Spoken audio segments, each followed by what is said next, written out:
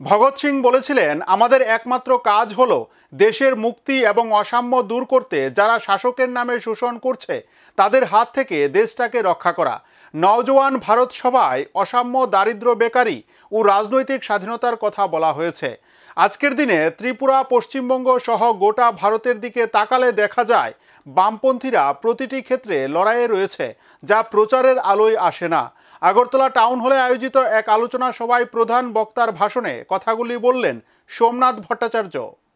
নওজোয়ান ভারত সভার ১০০ বছর বিপ্লবী ভগৎ সিং, সুখদেব ও রাজগুরুর ৯৫তম শহীদান দিবস উপলক্ষে শুক্রবার আগরতলা টাউন হলে এক বিশেষ আলোচনা সভার আয়োজন করে ভারতের গণতান্ত্রিক যুব ফেডারেশন রাজ্য কমিটি, উপজাতি যুব ফেডারেশন কেন্দ্রীয় কমিটি।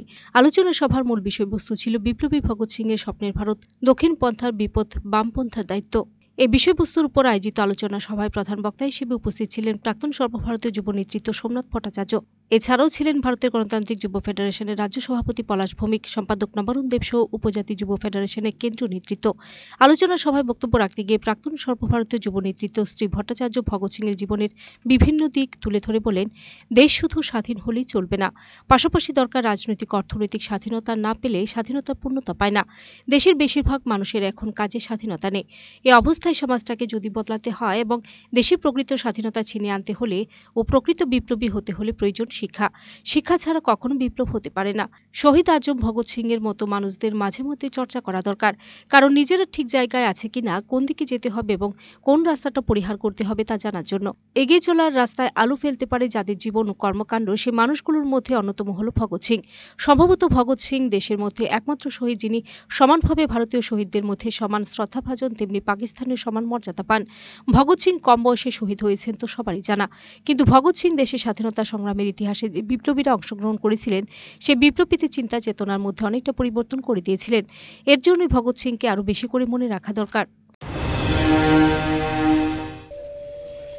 আসলে শহীদে আজম ভগৎ সিং এর মতো মানুষদের আমাদের মাঝে মধ্যে চর্চার মধ্যে নিয়ে আসতে হয় এই জন্য, আমরা নিজেরা ঠিক জায়গায় আছি কিনা, আমাদের কোন দিকে যেতে হবে এবং কোন রাস্তাটা পরিহার করতে হবে।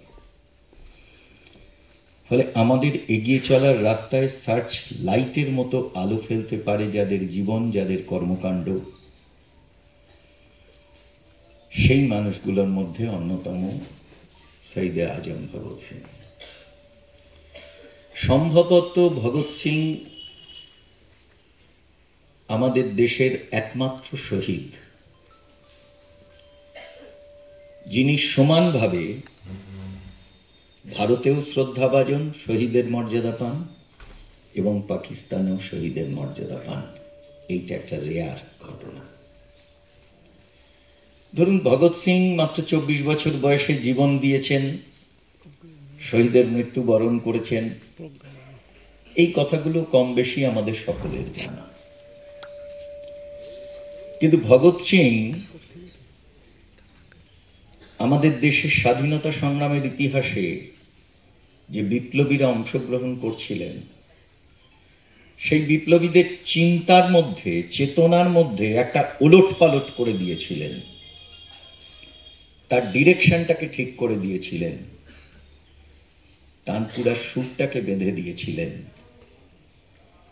এই জন্যে ভগৎ সিংকে আমাদের আরো বেশি করে, আলাদা করে মনে রাখতে হবে।